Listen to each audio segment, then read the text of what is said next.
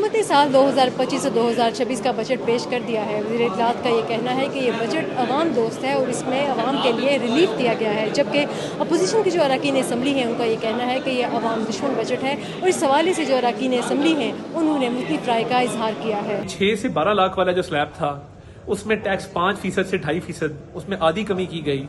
फिर जो 12 लाख से ऊपर वाली कैटेगरीज हैं उसमें वो 15% से 11% पे आया। और इसी तरह बतदरीज ऊपर जो है तमाम स्लैब्स के ऊपर तनख्वाहदार तबके के लिए जो टैक्स का शरह है उसको बहुत कम किया गया है।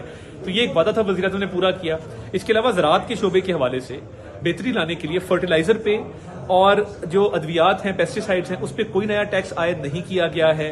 मुलाजमीन की जो तनख्वाहें थी वो आपने देखा कि वो 10,000 रुपया उसको किया गया, सॉरी उस पर 10% इंक्रीज किया गया। जो पेंशनर्स हैं वो 7% उस पर इंक्रीज किया गया। अच्छा, प्रॉपर्टी का आप देख लें कि जो बेचारे मिडिल क्लास के लोग प्रॉपर्टी सेल या परचेज करते थे, वो जो फेडरल एक्साइज ड्यूटी थी 7% की, उसको खत्म कर दिया गया है।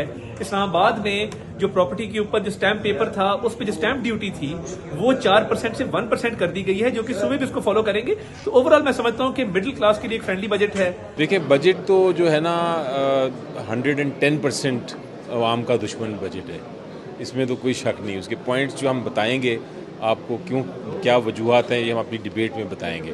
आज तो हमने एहतजाजन जो था बिल्कुल पार्टिसिपेट नहीं किया इस प्रोसीडिंग में। देखें, जो पाकिस्तान का इस वक्त गर्म तरीन मौसम है ना, बजट भी वैसा ही गर्म है। आम लोगों के लिए एक हवा का ताज़ा झोंका है, और वो है तनख्वाहदार तबके पर जो इनकम टैक्स की सीलिंग थी वो 6 लाख से बढ़ाकर 12 लाख की गई, और उसकी शरह को 5% से कम करके 1% किया गया है। मेरे ख्याल में मैं इसे खुशाइंद करार देता हूँ और इसका खैर मकदम करता हूँ। ये एक अच्छी, वरना तो हवा के गर्म थपेड़े हैं,